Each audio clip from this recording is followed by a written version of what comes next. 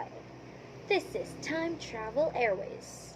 Welcome aboard Flight THTY 101. As your chief journey orchestrator and guide through the skies, it's my pleasure to welcome you to this thrilling flight through time. Fasten your seatbelts, set back, and get ready to embark on a voyage not just across miles, but across centuries. Our destination, the fascinating history of tourism itself. Whether you're a history buff, a curious wanderer, or someone seeking a new perspective, I assure you this flight won't just take you from point A to B, it'll transport you through the annals of time, revealing the evolution of human exploration and the magic of travel. So, stow away your modern worries and let's soar through the chronicles of adventurous souls, intrepid explorers, and the timeless spirit of discovery. Thank you.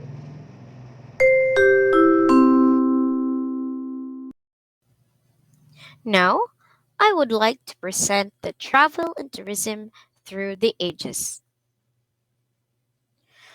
For our contents, let me walk you through the early tourism, medieval period, Renaissance era, Industrial Revolution, 19th century, Industrial Revolution, 20th century, 21st century, and the origin of tourism in the Philippines.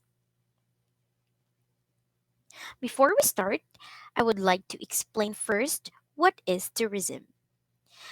The word tourism first appeared in an Oxford English dictionary in 1811. Other dictionaries suggest that it was derived from a Greek word for a tool used in describing a circle. In a sense, tourism intrinsically involves a circular itinerary where tourists return to their point of origin. Others also suggest that it came from the Hebrew word Torah, which means studying, searching, and learning. Now, let us take a look at the status of travel and tourism from the ancient days. Part of the era is the early tourism. Exploration and travel are essential to humans. People have been traveling even before the concept of tourism was developed. People in the past traveled only for business and religious purposes. Religious travels were in the form of pilgrimages to places of worship. The cities of Rome and Jerusalem were the famous sites for pilgrims in the past. Pilgrimages were taken to fulfill a vow, as in case of illness or a great danger, or as retribution for sins. Aside from Rome and Jerusalem, Galicia, Spain, became the foremost destination for English pilgrims in the 14th century.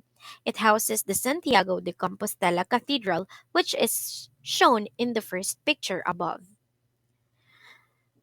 The second picture is the Appian Way. Romans and Greeks were well known traders in the past, and as their empire grew, travel became necessary for them. The improvement in first class roads, inns, and communications aided the Roman travelers. So the next picture shows one of the best roads in Rome, which is the Appian Way. Perhaps it is one of the oldest roads that still exist, one of the ancient Rome's most significant military and economic road. The Romans also employed relays of horses, and every 6 miles a stable could be found where travelers could change horses. Because of this, distance of more than 100 miles could be reached in one day. Next is the medieval period. The fall of the Roman Empire in the 5th century brought a decline in travel. Travel became difficult, dangerous, and demanding. Roads were not maintained, and it became unsafe for travelers. Thieves inflicted harm on those who attempted to travel. No one traveled for pleasure during this time. Only the pilgrims and crusaders traveled this time. Now, we have the Renaissance era. Renaissance era is also known as the Elizabethan era. In this period, few renowned universities were developed. The British introduced travel for education, which became popular in the 16th century. During the reign of Queen Elizabeth I, young aristocrat men who were aiming for a position in court were encouraged to travel within the continent to increase their knowledge. Gradually, the practice was adopted by other men on a lower scale. The education of a gentleman should be completed with a grand tour. The tour includes visiting different cultural centers on the continent for 3 years. Aside from educational travel, people also traveled for health and wellness. Sick people traveled and sought for a remedy for their illness in medical baths or spa, a term which is derived from the word spa, which means fountain. The pictures in the presentation shows the picture of the Grand Tour during the reign of Queen Elizabeth I and the picture of the Great Bath found in England. The Great Bath is mostly untouched and remains an example of what bathhouses were like in ancient Rome. Next, the Industrial Revolution.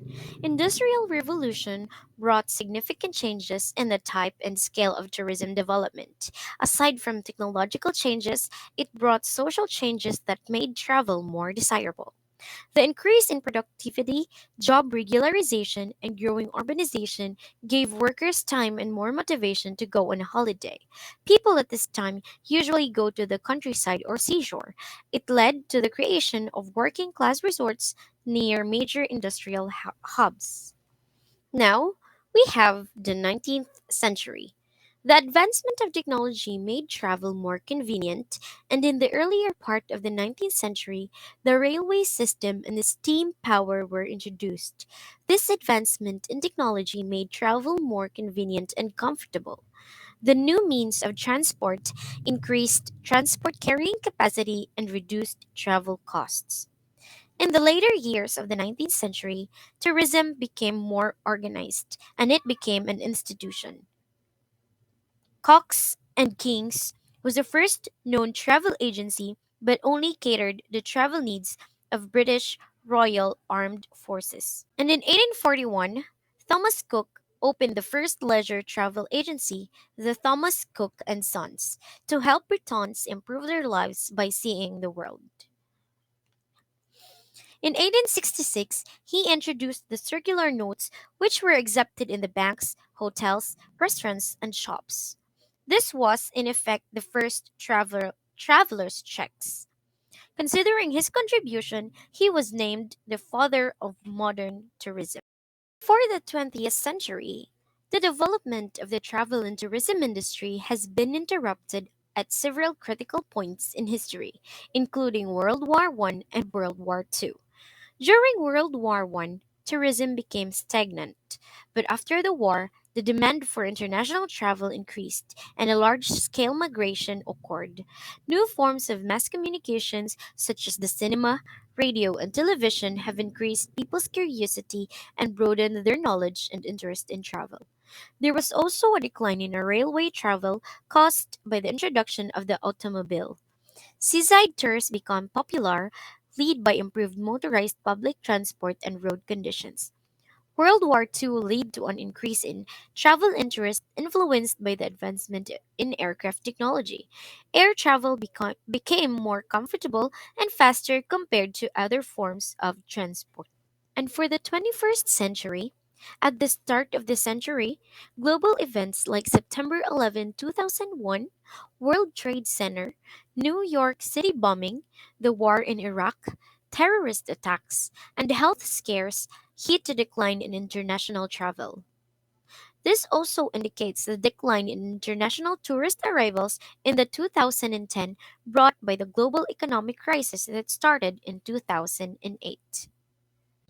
Now, come with me as we embark the origins of the tourism in the Philippines. The first inhabitants of the country roamed around even before the Spaniards came. This was shown in the pieces of archaeological evidence. They traveled to trade, for diplomacy, or war. First, we have the Spanish occupation. Travels were limited only to education, employment, and religious pilgrimage. Only few people can travel to foreign country because it was expensive and time consuming. For example, Traveling to Spain could take 1 year via the Manila Acapulco galleon trade route. In the later part of the 19th century, Spaniards introduced innovations such as railroads, electricity, and telegram. Manila was open to world trade, and non Spanish business people, diplomats, and seamen began visiting the city.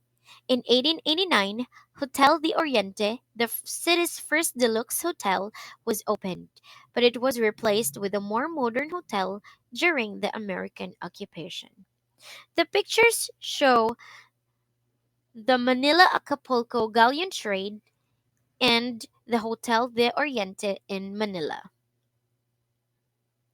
Next, we have the American occupation.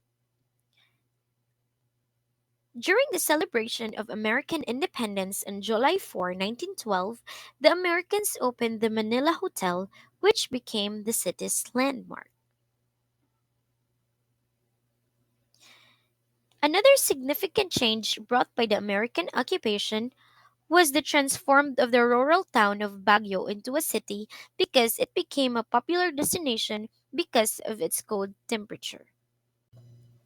Also, from this period, the journey from America to Manila usually took 2 weeks by ocean liner, but when Pan American Airways launched Pan American Clippers, the travel time was reduced. In 1935, the first Trans Pacific flight was inaugurated. Americans reached Manila Harbor in just 59 hours aboard the China Clippers. In 1937, the country's first private airport was established. It is where the country's first airline, the Philippine Airlines, took its first flight in 1941. During this time, the country's road system has not intensively developed, and not only a few places outside Manila, such as the Al Volcano and Baguio, were developed for tourism. Now, join me as I walk through the timeline of the earliest tourism organizations in the Philippines. In 1952, the country's first tourism association was organized. The Philippine Tourist and Travel Association, or the PTTA, an association of all existing travel establishments that serves domestic and international travels. 1956 was the year the Board of Travel and Tourist Industry was created, a policy making body that supervises, regulates, and controls the tourist industry. On 1973, the BTTI was reorganized into the Ministry of Tourism, now known as the Department of Tourism. On 1974, Department of Tourism hosted international conferences and sporting events. On 1977, the University of the Philippines offered the first tourism degree course in the country. On 1989, Department of Tourism launched its first promotional campaign with the slogan Fiesta Island Philippines. On 1990, local civil aviation boosted tourism in the country when budget airlines entered the business and more provincial airports were opened to international flights. And in 2010, tourism in the country faced three major crises. The three major crises in the Philippines. In 2010, tourism in the country faced those three major crises. First, it was the criticism of the marketing campaign Pilipinas Kay Ganda. Many criticized the use of Filipino language in the slogan as it might not be recognized in international markets, while others criticized the design for it resembles Poland's tourism organization's logo. The campaign was pulled out weeks after it was launched and the tourism secretary was replaced. Secondly, all Philippine couriers were banned from flying over European airspace because they failed to meet the international safety standards. And at that time, the Philippine Aviation Authority cannot provide the necessary safety oversight. Dutch carrier KLM was the only airline that operated between the Philippines and Europe. The ban limited the number of European visitors until it was lifted in 2015. And lastly, was the hostage taking incident at the Carino Grandstand when a police officer held a busload of tourists from Hong Kong hostage. The mishandled rescue operation was broadcasted live around the world, and the reputation of the Philippines suffered. Now, let us know more about the Philippines Department of Tourism promotional campaigns over the years. So, the first we have on 1989. The former President Cory Aquino proclaimed 1989 as the Philippine Fiesta Year. A committee was also formed to promote the nation as the Fiesta Islands of 1989. Next, for the year 2003 up to year 2010, Wow Philippines. It was launched to compete with Amazing Thailand and Malaysia Truly Asia. Wow May means wealth of wonders for tourist attractions, wild over water for water based experiences, walk our walls for the promotion of intramuros, and so on. For the year 2003, Visit the Philippines Again or Visit Philippines 2003 was a worldwide campaign endorsed by the World Tourism Organization as a 24 months promo in 2002. It served as an umbrella program for WOW Philippines. It was used again in 2015, which was declared as Visit to Philippines 2015, and in 2016, which was Visit to Philippines Again 2016. Next, for the year 2010, Pilipinas Kay Ganda. It was a short lived promotional campaign launched in 2010 but was received negatively. The campaign was rejected in less than a month after its release. Next, for the year 2012 to 2017, It's More Fun in the Philippines. It was launched by its morefuninthephilippines.com website, and it went viral 2 hours after it was launched. The new tagline, It's More Fun, was used by Filipinos in creating memes to express their sentiments, emotions, and opinions for the country. Next promotional campaign was during the year 2017. Experience the Philippines. Former Secretary Wanda Corazon Tio launched a 60-second promotional video with a new slogan, Experience the Philippines. The video was inspired by the story of a Japanese retiree who resided in the country. It ended with a voiceover, You don't have to see to feel your home, and a big revelation that the foreigner is blind. And the next one was from 2019. It's More Fun in the Philippines. Department of Tourism relaunched the It's More Fun in the Philippines campaign in 2019 with a new few tweaks on the logo. The new logo features a new font and a weave with colors depicting Filipino products, while the previous logo had the Philippine map. And last but not the least, the last promotional campaign, which was launched just this year, 2023, Love the Philippines. And that would be all for our trip. Thank you so much for your hospitality.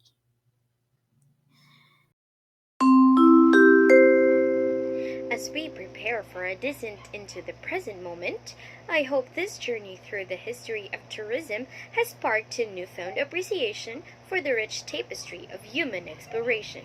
On behalf of the entire crew at Time Travel Airways, I want to extend our heartfelt gratitude for choosing to fly with us today. Remember, the adventure doesn't end here. As you step off this aircraft, may you carry the spirit of discovery and the wonders of exploration in your heart. We trust you've enjoyed our time traveling experience, and we wish you safe travels to your next destination.